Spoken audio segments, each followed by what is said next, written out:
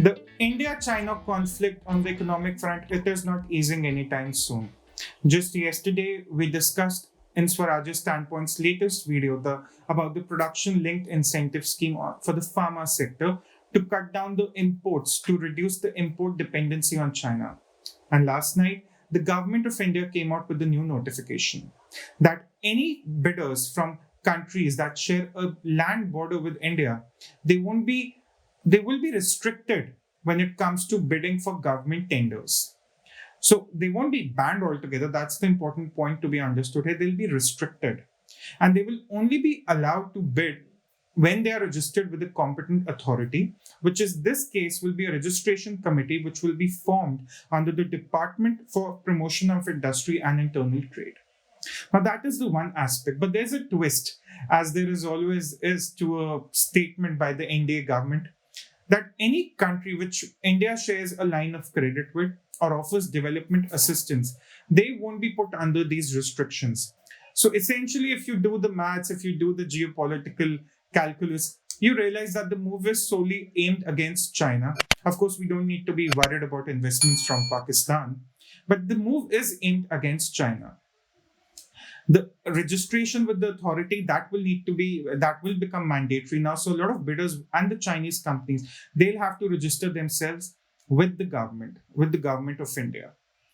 The government has also invoked Article 257(1), which gives states, all of the states seeking investments, they have the right to constitute their own registration committees, but the final clearance will come from the central government. And this is being done in the name of national defense and security.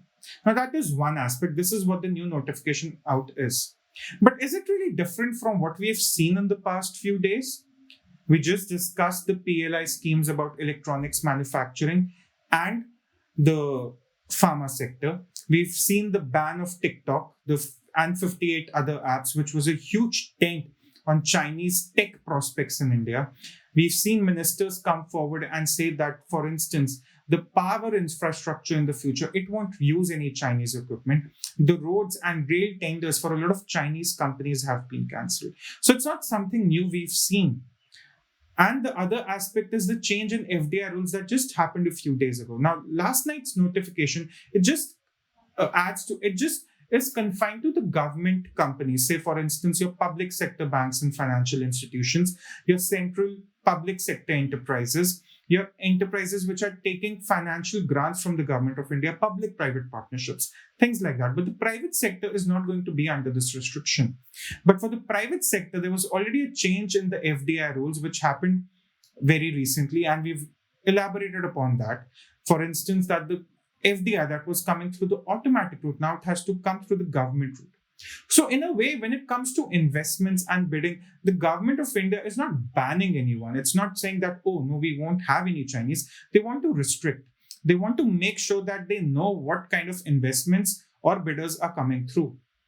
This happened recently after People's Bank of China raised its stake in HDFC Bank from 0.8% to more than 1.1%. But that wasn't just about HDFC Bank. China has investments in almost all unicorns in India, be it Zomato, Swiggy, Uber, Ola, Byju's, Dream11, and just this morning, ByteDance, the companies which own TikTok, it's looking to invest in one of the leading edutech startups in India. So this brings us to three big questions. The one in the change in FDI rules and the government notification last night restricting bidders from China. It brings us to three important questions. One, will the Chinese investments stop? Second, how do we balance the import dependency on China with investments? And three, should we stop Chinese investments altogether? Now let's come to the first question. Will the Chinese investments stop? If Jio's example is anything to go by, a company which raised more than rupees 150,000 crore in 8 to 10 weeks, became debt-free, it's pretty evident that India is the future. India is a future market because China's market is restricted to foreign players. So the investments in India won't stop. And even China would realize that. Only that would explain a company whose app with 120 million active users just got blocked a month ago, or probably a couple of weeks ago, and is today in talks and investing in another startup in India. Should we stop the Chinese investments is the second question. Well, I had a very interesting discussion about this with our editorial director, Shri R. Jagannathan, a few days ago. And he said that we shouldn't be averse to the idea of Chinese investing in India, but we should also be careful about them taking over the strategic sectors. If Chinese are happy to put their money in India and they want it to grow, that's completely fine. But it shouldn't be at the cost of India interests. Say, for example, if a telecom company is in trouble, you shouldn't have a Chinese Huawei or ZTE investing heavily and owning a majority share, because that would be a problem. But we shouldn't be completely averse to the idea of Chinese investments, as a lot of CXOs have also spoken about. And the government too realizes this fact. That's why you see restriction in FDI. You see restriction in bidders from China. You don't see a complete ban. So the government wants to be mindful. They want to be careful about who they're allowing from China, and that's what should really happen. The third and the most important question: how do we balance boycotting Chinese imports with Chinese investments? This is a thin line, not just entrepreneurs or the government, even citizens will have to realize. At one point, you have the Chinese investments which are fueling the growth of Zomato, the Swiggies, the Uber, Olas, all those apps which you've used once upon a time ever. And they're fueling further employment in India. But at the other side, there's also the question of imports. We don't want to sponsor our own enemy by buying products from them. And this is the thin line that needs to be walked by the government, by the entrepreneurs, and you, by the citizen of India. But the major takeaway from all this is that India is not lowering its guard on the economic front.